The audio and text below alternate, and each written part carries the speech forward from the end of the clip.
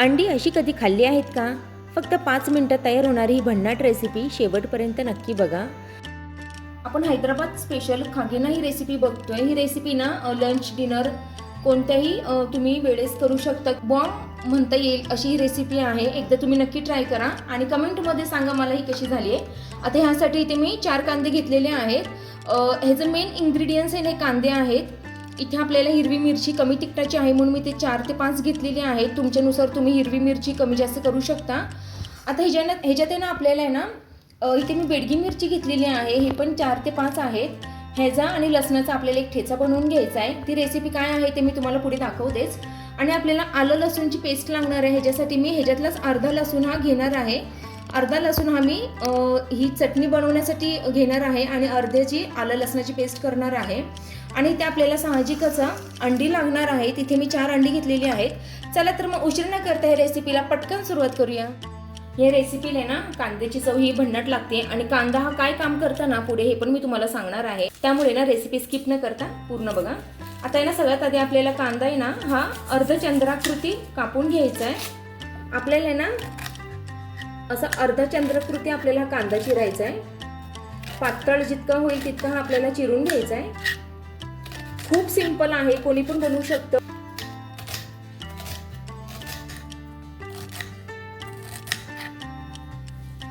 आपण कुठून बाहेरून आलोय किंवा आपल्याला वेळ नाही आज स्वयंपाक बनवायला किंवा आपल्याला कंटाळा कधी कधी येतो, त्यासाठी ना ही रेसिपी ना अतिशय परफेक्ट आहे, पोटभरीची आहे आणि तितकीच आहे ना भन्नाट अशी आहे.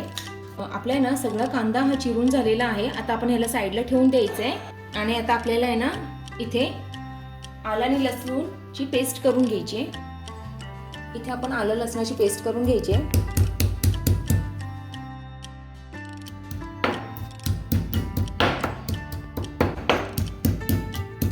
आपलं आलं आणि लसूण हे छान असं वाटून झालेलं आहे किंवा हे जाडसर असं मी वाटून घेतलेलं आहे. आता हे खलबत्त्यात का वाटायचं? हे जे जाडसर आहे ना हे फक्त खलबत्त्यातच होऊ शकतं आणि हे जी चव आहे ना ही भाजीमध्ये ना भन्नाट अशी लागते. चला तर मग आता आपण कांदा परतून घेऊया. आता या रेसिपीसाठी ना आपल्याला पसरट असं भांडं लागणार आहे. तुम्ही नॉनस्टिकचं पण पॅन घेऊ शकता. असं आपल्याला पसरट लागणार आहे. इथे आता मी 2 मोठे टेबलस्पून तेल घालून घेते. तुम्ही तुपाचा पण वापर करू शकता. हे आपल्याला छान असं सगळीकडून पसरून घ्यायचंय म्हणजे कांदा खाली चिटकला जाणार नाही. आता जो आपण कांदा चिरून घेतला होता ना तो ह्याच्यात घालून घ्यायचा आहे आणि परतून घ्यायचा आहे. परतून घेऊया. हा फक्त आपल्याला आहे ना इथे काही गोष्टी लक्षात घेण्यासारख्या आहे. हा फक्त आपल्याला आहे ना नरम करायचं आहे. आपल्याला शिजवायचं नाही आहे, पूर्ण शिजवायचं नाही, फक्त नरम करायचं आहे. त्याचं कारण पण मी तुम्हाला सांगते.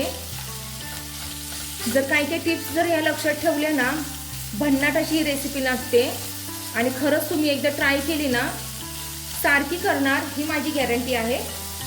कांदा आपला सुटसुटीत असा व्हायला लागलेला आहे. तुम्ही बघू शकता. असं आपल्याला ना ह्याला सुटसुटीत करायचं आहे आणि असा अर्धचंद्राकृतीच आपल्याला हा कापून घ्यायचा आहे. तुम्ही बघू शकता छान असं झालेला आहे. हा गॅसची फ्लेम इथे माझी फास्टच आहे. आता मी थोडीशी स्लो करणार आहे त्याला. ह्या रेसिपीमध्ये खरी चव आहे ना ही आपण जो ठेचा करतो त्याची कांद्याची ही असते. म्हणून कांदा हा थोडा मी जास्तच घातलेला आहे. कांद्याने भन्नाट अशी चव लागते. आणि दुसरी गोष्ट कांद्याचा उपयोग ह्याच्यात कशासाठी होतो ना हे पण मी तुम्हाला सांगणार आहे पुढे. म्हणून व्हिडिओ स्किप न करता हा पूर्ण बघा. आपला कांदा नरम व्हायला लागलेला आहे. आपण आता ह्याच्यात आहे ना आलं लसणाची जी पेस्ट केली होती किंवा जो आलं लसूण आपण ठेचून घेतलं होतं ते आता आपण घालून घ्यायचं आहे. इथे आलं लसूण घालून घ्यायचं आहे आपल्याला आणि पुन्हा एकदा परतून घ्यायचं आहे. चवीनुसार आपल्याला थोडंच मीठ घालून घ्यायचं आहे.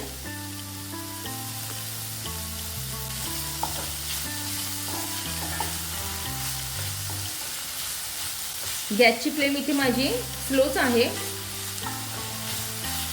आता आलं लसूण आणि कांदा आपला परतून झालेला आहे. आपण ह्यामध्ये हिरवी मिरची घालून घेऊया. उभी चिरून घेतलेली हिरवी मिरची मी इथे घालून घेते. आता हिरवी मिरची आपली घालून झालेली आहे. पण कांदा हा लाल नाही करायचा आहे आपल्याला. आपल्याला असा अर्धा कच्चाच ठेवायचा आहे किंवा तो थोडासा सॉफ्ट करून घ्यायचा आहे.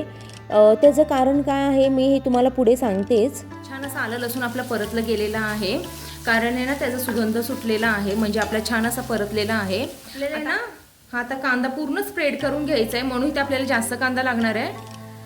आणि या कांद्यावर आता आपल्याला अंडी फोडून घ्यायची आहे. जोपर्यंत ती अंडी शिजतायत ना तोपर्यंत कांदा छान असा गोल्डन होतो, म्हणून तो सुरुवातीला आपल्याला गोल्डन नाही करायचा आहे, तो मनाने परत गोल्डन होतो. जर तुम्ही आधीच तो गोल्डन केला तर मग तो करपू शकतो. आता यावर आपण अंडी फोडून घेऊया.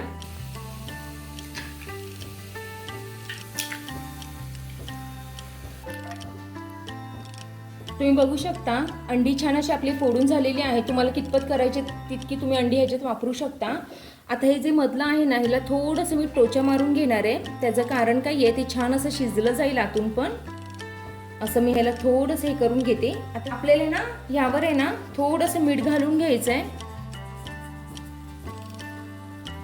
ह्याच्यावर मीठ घालून झालेलं आहे. आता झाकण लावून आपल्याला छान असं बारीक गॅसवर अंडी हे शिजवून द्यायची आहेत. अंड्याबरोबर कांदा छान असा शिजला जातो, म्हणून हा आपल्याला पहिला अजिबात शिजवायचा नाहीये, तो बरोबर शिजला जातो परत.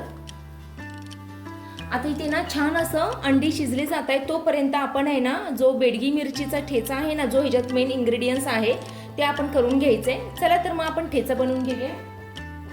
आता आहे ना आपण जे आलं लसूण वाटलं होतं ना तेच हे खलबत्ता आहे. मी ह्याला धुतलेलं नाहीये, कारण आपल्याला ह्यातच आता ठेचा बनवून घ्यायचा आहे. तर ठेच्यासाठी ना इथे मी लसूण घालून घेणार आहे. 10 ते 12 लसणाची इथे पाकळ्या आहेत. आणि त्यात आपल्याला बेडगी मिरची घ्यायची आहे. ना बेडगी मिरची घ्यायची आहे, ती ना मी अशी कट करून घेते जरा. 5 ते 6 ते बेडगी मिरची मी घेतलेली आहे. कलरसाठी आणि चवीसाठी अप्रतिम अशी असते ही. थोडं चवीनुसार ह्याच्यात मी मीठ घालून घेणार आहे.